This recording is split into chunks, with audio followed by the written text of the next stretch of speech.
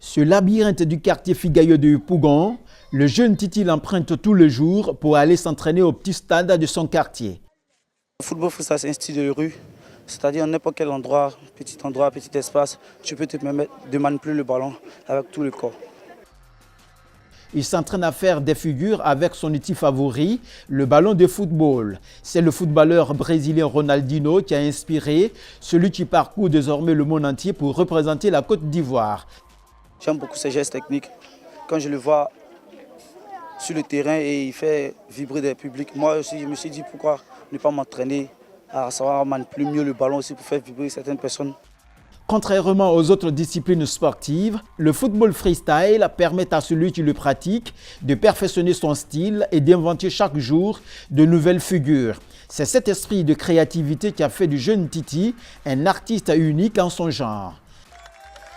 Le football freestyle aussi, c'est pas que de venir jongler le ballon, mais que de travailler son souffle et le physique. Parce que dans le football freestyle aussi, il y a le contrôle, le style, la créativité. Ambitieux, Abdul Titi Koné projette d'ouvrir un centre de formation en Côte d'Ivoire pour satisfaire aux besoins des jeunes talents et surtout préparer la relève du football freestyle dans quelques années. Ce sport parce que ça me plaît depuis tout petit. Ce sport parce que depuis tout petit, je regarde Titi à la télé et bon, je vais faire comme lui, c'est tout.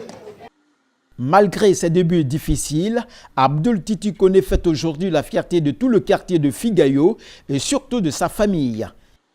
Chaque fois quand on le montre, les gens m'appellent.